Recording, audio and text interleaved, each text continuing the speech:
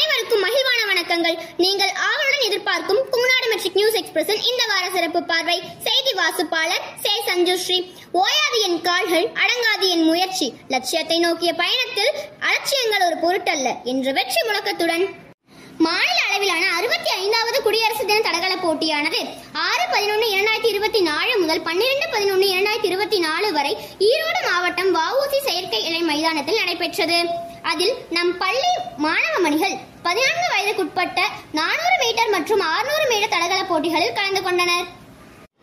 இதில் 400 மீட்டர் போட்டியில் 9ஆம் வகுப்பைச் சேர்ந்த மாணவி சஞ்சிதா மற்றும் 600 மீட்டர் போட்டியில் மாணவன் சஞ்சய் நிகினும் வெற்றி பெற்றனர்.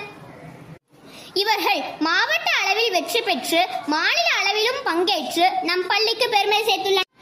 19/11/2024 அன்று நாமக்கல் மாவட்ட அளவிலான கடற்கரை கையுந்து பந்து போட்டியானது வேலூரில் உள்ள ஆரன் ஆக்ஸ்போர்ட் பள்ளியில் நடைபெற்றது.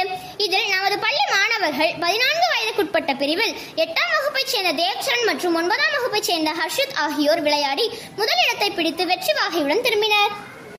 அது மட்டுமின்றி கன்னியாகுமரியில் ஜனவரி 22 25 வரை நடைபெற இருக்கும் மாநில அளவிலான போட்டியில் பங்கேற்க உள்ளனர்.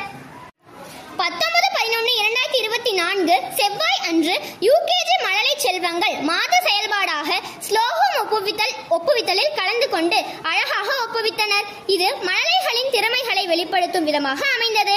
மழலைகள் மிகவும் மகிழ்வுடன் இருந்தனர். தற்பொழுது 12ஆம் வகுப்புகளுக்கு அனைத்து பாடங்களும் முடிவடைந்த நிலையில் 100% திருப்புதல் தேர்வு நடைபெற உள்ளது.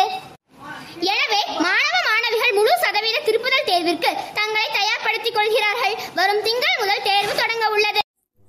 மாணவர்கள் விளையாட்டு விழாவை முன்னிட்டு பின்வரும் விளையாட்டுப் போட்டிகளான ஓட்டப்பந்தயம், குண்டெறிதல், கைப்பந்து, எரிப்பந்து போன்ற விளையாட்டுகளை அனைத்து வகுப்பிற்கும் நடத்தப்பட்டு வெற்றி பெற்ற மாணவர்களை தேர்ந்தெடுத்தனர். வெற்றி பெற்ற மாணவர்களுக்கு விளையாட்டு விழா அன்று சான்றிதழ் மற்றும் பதக்கங்கள் வழங்கப்படும். மேலும் எம் செய்திகளை அறிந்து கொள்ள தொடர்ந்து இணைந்திருங்கள் கொங்குநாடு மெட்ரிக் நியூஸ் எக்ஸ்பிரஸுடன். நன்றி, வணக்கம்.